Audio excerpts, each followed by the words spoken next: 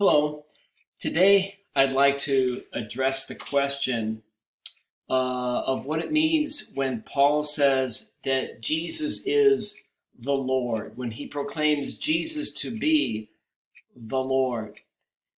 There are places in his letters where Paul refers to Jesus as our Lord, and then immediately after that refers to Jesus as the Lord.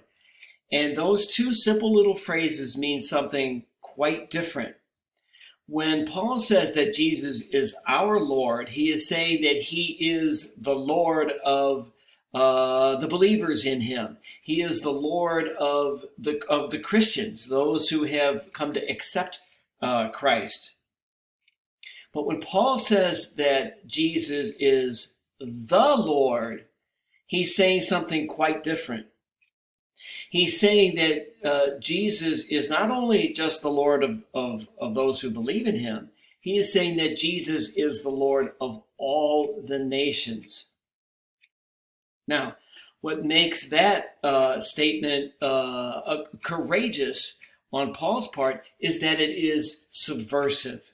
It is actually treasonous. Paul is committing an act of treason when he refers to Jesus as the Lord. Why is that? It's because the Lord at that time was the Roman emperor.